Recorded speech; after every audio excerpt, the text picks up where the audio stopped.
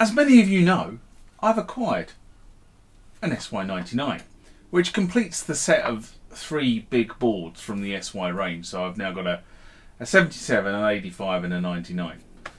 But this one needs some work. So here's the assessment.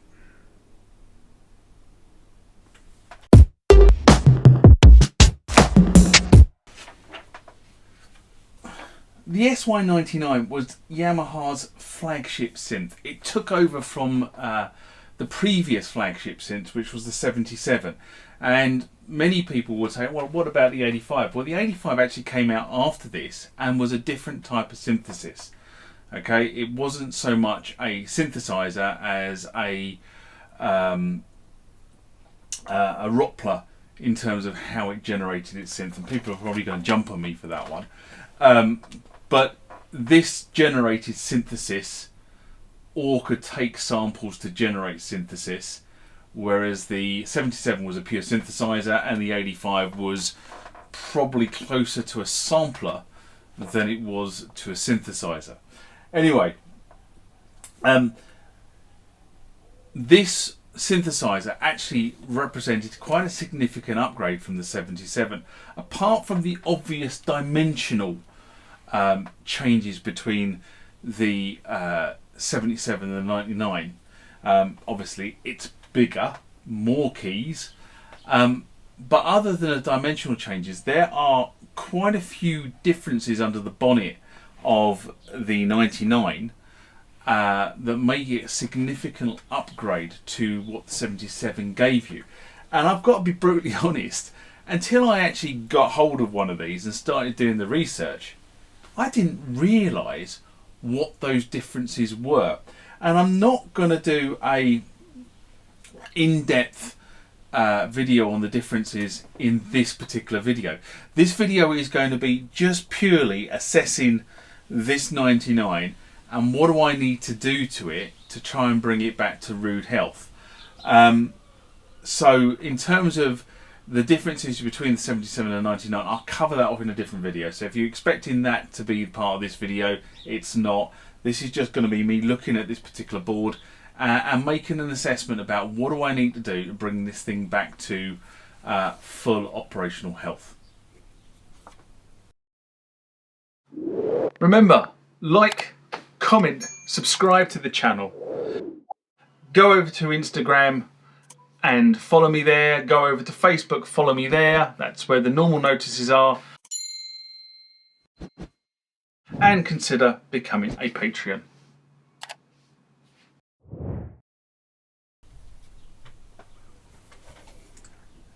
So there is an obvious issue, and that is around this area here. And I will move the camera over a little bit in a minute so you can actually see what's going on here. But in terms of the key bed itself,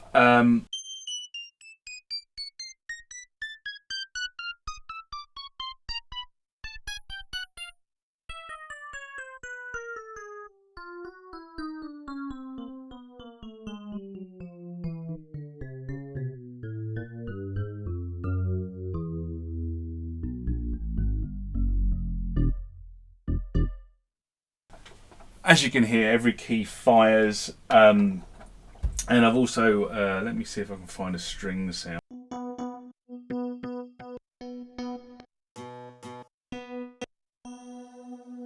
Okay, there's a pad.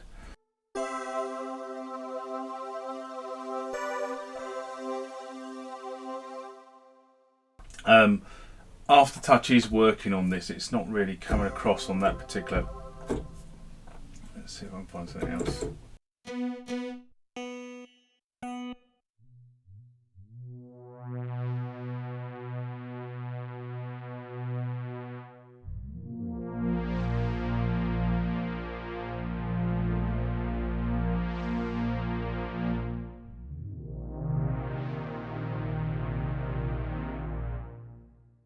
So that's pretty much working. I do know Aftertouch is working, but I can't find the...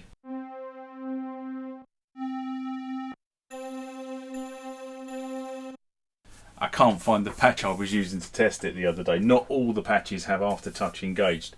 So Aftertouch is actually working, so I think we're kind of call on the keyboard. The obvious issue is this area here. So what I'm going to do is I'm just going to reposition the camera so you can, so it just sort of looks at that area there, and then we can just discuss that. Okay, so we're just focusing on this area. Excuse the wire that's to one side so I can hear what the keyboard is playing.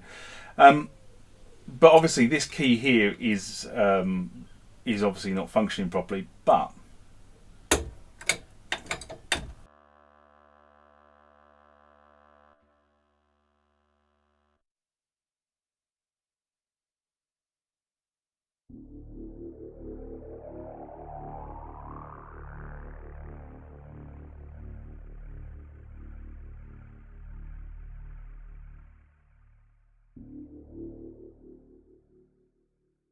and in order to stop it, you kind of have to pull it forward. So the contact underneath the key is working. The key itself is broken. But the other thing about this is that these two keys here, so this C sharp and C key, are also not functioning correctly.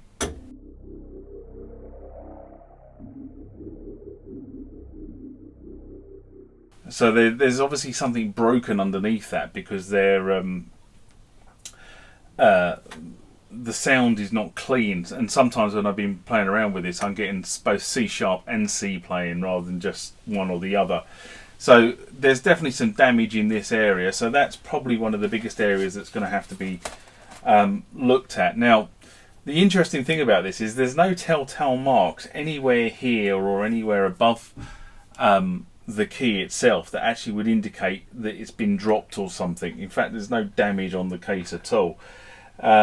So I don't know quite what is causing the problem per se, but obviously something is causing the problem or caused the problem. I don't know whether it was just somebody overzealously pulling at it or whatever, but we're not going to find that out until obviously we get inside. But as you saw, all the other keys are playing, velocity seems to be working. Although I will put a meter on the velocity board when I get inside just to double check that, because I can't find for camera, I can't find the relevant patch that I was using to test it a couple of days ago. So other than this obvious defect here, the key bed looks to be pretty good. So the next thing to look at was the voice banks and whether all the voice banks were working. This keyboard has 4 different voice banks. There is a voice bank called internal, there's a voice bank called card, preset, preset 2. And then each voice bank effectively has the capability of having 4 different banks assigned, A, B, C, D, so that gives you 4 times 4. And then for each bank you get 16 voices, 1 through 16, which are selected through this area here. Now, I'm not going to bore you going through the voice banks themselves, but just to sort of suffice to say that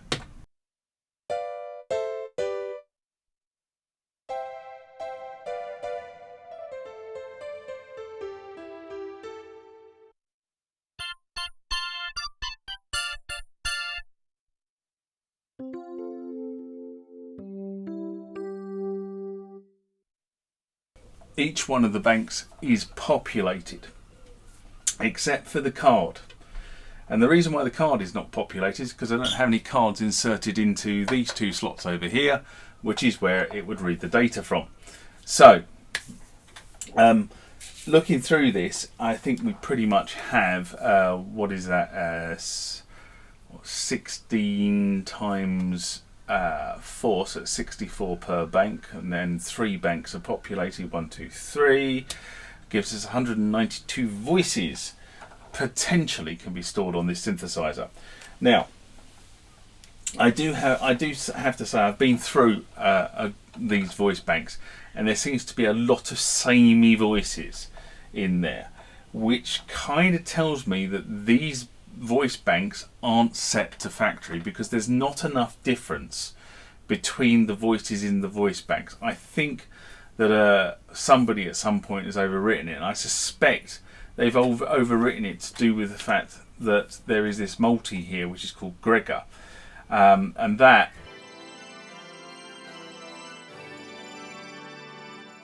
has written a number of voices into the presets, which will obviously override factory. So one of the things I think we're going to have to do here, or I'm going to do, should I say, and I always do this on keyboards, is I always work out how to do the factory reset on the keyboard and factory reset all the internal voices back to as they came out of the factory. Many people turn around to me and say, well, why'd you do that, John? Well, it's quite simple. I don't know what the lunatic who had the keyboard before me did in terms of settings and voices. And I've had numerous instances where I've been trying to diagnose why a keyboard wouldn't do what I wanted it to do, and only to find out that was because somebody had put a set into a certain value and it negated what I was trying to do. So I just have a policy that I just reset them back to factory, which is what I will be doing. On this keyboard, it's not that difficult a thing. All the voices are held in an internal ROM, so it's just a case of the right key combination to recover those voices into memory. So the conclusion is all the voice banks work. Of course, the next big issue is, do all the knobs and buttons work? Well, I'm not going to show you on the video, but I can tell you I've pressed every single one of them, every single one of them, every single one of them. I've twiddled the data wheel. If I put that there, you can see it changing the voice. You can see the light moving as well at the same time over here. That works. Data entry, I can tell you that works as well. Page memory works. All these buttons under here work as far as I can tell.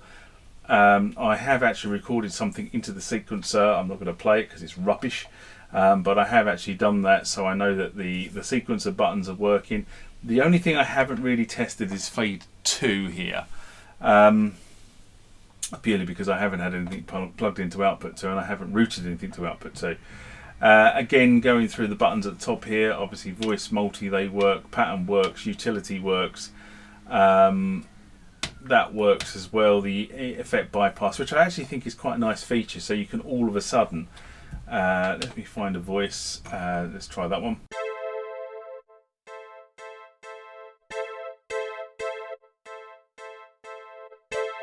Effectively taking the stereo chorus out of this patch called Smoky.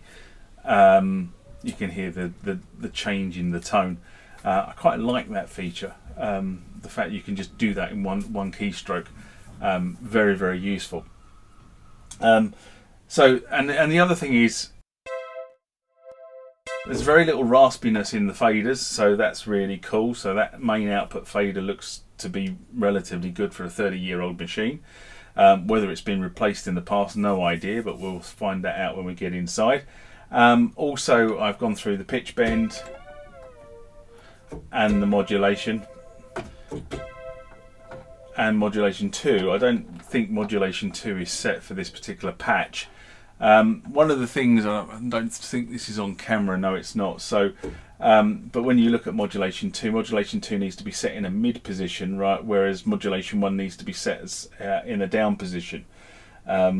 It's the different way that, because modulation 2 can be used for a number of other things, so I guess that's why it's set up in that way. But effectively I don't have to solder any tack switches, which is great news, because it means that all the tack switches as they currently are good. So knobs, buttons, faders, good. So we can move on from that one.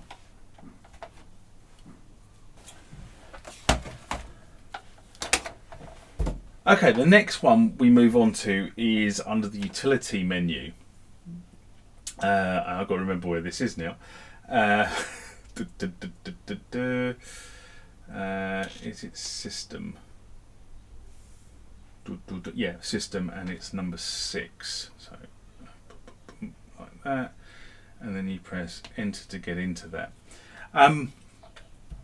This is a very interesting area. So one of the main differences between the 77 and the 99 is the 99 can have its memory expanded. It comes out of the box from the factory with 512, and I'm not sure whether that is coming across on camera. Let's see if I can just, is that the right one? No, that's the wrong one. Let's try and see if we can turn the contrast. You might be able to see that better. But it comes with 512 memory, or half a meg of memory from the factory. And of that, the current configuration is using 487k of that. So there's not an awful lot of memory left over. And this kind of leads me to a dilemma, because I can expand the memory on this. There is no expansions in it at the moment. Sector 101 sells the memory expansion for this particular board, and you can expand it by plugging in 5 half megabyte modules to give you 3 megabytes of memory in total. And that's kind of how the factory configured this machine. But this is the really odd thing about this.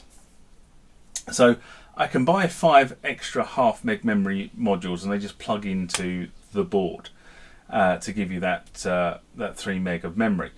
But the way the keyboard is set up is there is actually an 8 meg memory block in this keyboard that you can use, and there are a couple of aftermarket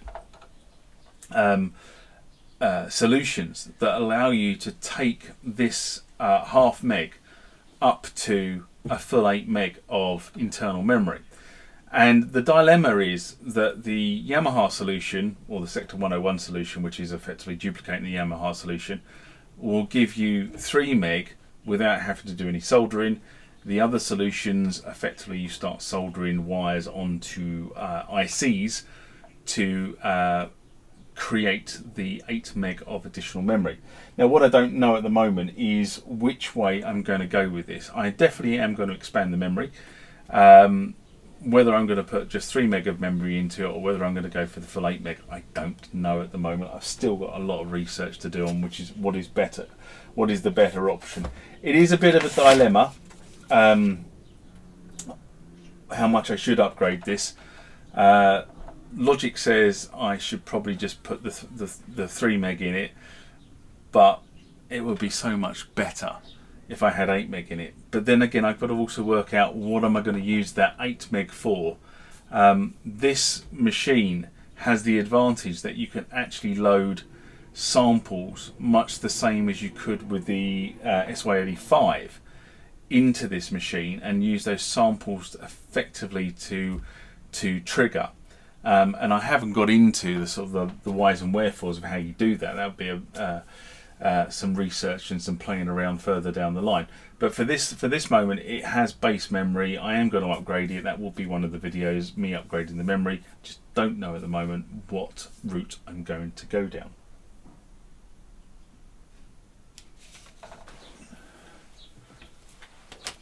Okay, the last part of the assessment is that I have tried to load voice forms into this from a 77 card, but for some reason that's not working. Now, I don't know whether that's because the 77 cards won't read in this, or I'm doing something wrong, and I'm not sure which way around that is going on.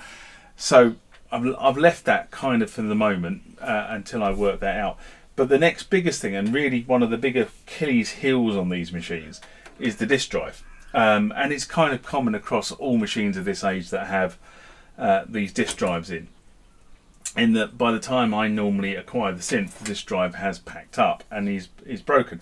But what's really interesting about this is that is the original transit card for the disk drive, and it was in the disk drive when I got the machine. So taking that out and taking one of these discs. Now, I was given 2 discs with the machine. One is the Chick Corea demonstrator, and the other one was the demonstrator, which is known as Gregor. Now, Gregor is already in this machine like that, but I'm going to put this in to prove that the Chick Corea one actually loads. And to do that, we go into utility, and then we go into disk, and then we say we want to load from disk, which is that one there, and we press enter, and we say we want to load everything, so we go enter again, and there you go, it's got something called Chick Corea, so we want to load that, so it's already selected. You press go, and then you press yes.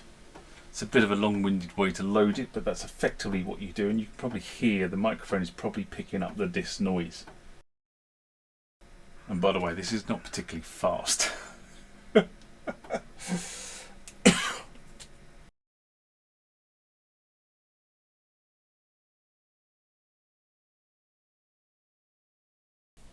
Okay, so I timed this the other day, and I can tell you now that I'm probably going to run that in fast mode, the loading sequence.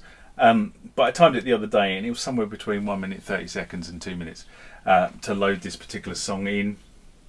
If I then go into song, and you can see this first song is Chick Corea, I am not going to play this, okay? And the reason why I'm not going to play this, actually I might just play the first section of it, because I don't think I'll get done for... Actually no, I'm not. I will put them into a separate video, and the reason I'm going to do that is because at the moment on YouTube, even if you play seconds of a song, you're basically at the moment on YouTube getting hit with copyright claims, and therefore any monetization you have on the video gets lost for very, very small snippets of a particular song. But I can tell you that that is actually loaded on here. If you go back to voice, no, is it? Yeah, it's in there.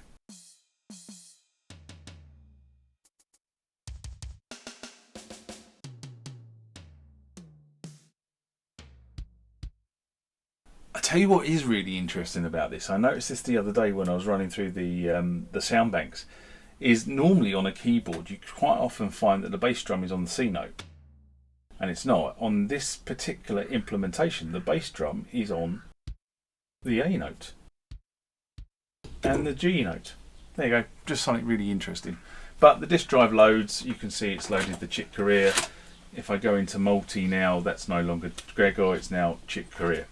So disk is working, tick. That means I don't have to go and get one of them either. And disk drives are becoming increasingly more difficult to source, because people are just not making them in disk drive format. Anyway, there you go, that's the disk drive. Okay, so what's my overall assessment? Well, look, the basic thing is there are a few knocks and scratches on the machine, most of which I think will probably just clean off or polish off without actually ruining the texture of the machine itself, because it actually does have a texture to it. It's not a smooth flat surface. So I think most of those will go, and let's face it, this keyboard introduced 1991, here we are 2022, so you know it's 31 years old. So in fact, actually it's in remarkably good condition for a 31-year-old machine. The instrument itself was supplied in the original box with the original polystyrene, I might add. I'm not sure whether I'm going to keep the original box. I've got to make a decision whether I'm going to keep the machine as well. If I do, then I will get rid of the original box, because I don't think the original box actually adds anything to the keyboard. It definitely doesn't add anything to protection of the keyboard. I'd rather put the keyboard in a hard case if I decide to keep it than the original packaging, because the bottom problem with the original packaging is the cardboard starts to go, the bonding starts to go, and then it just sort of shabby, and it doesn't actually protect the keyboard. Whereas a hard case, to be honest, will protect the keyboard. I mean, I've got keyboards that have been in hard cases for God knows how many years, and they're all good, still in pristine condition, because the hard case protects it. The other thing about this was the person who sold me this machine was acting more as agent rather than it was theirs to sell, so they were working on commission. and they didn't know too much about the origins and the history of the machine. They basically confirmed it came from a reputable source, it wasn't stolen, which, you know, you kind of have to take people's words for it. There's nothing to indicate that this was somebody else's machine. I can find no UV pens on it or anything like that, so I have had a look at it from that perspective just to make sure that it hasn't got somebody else's details etched into it somewhere, and they don't. In fact, actually, I'll do a video at some point on how to protect your keyboards, but that's a different kettle of fish.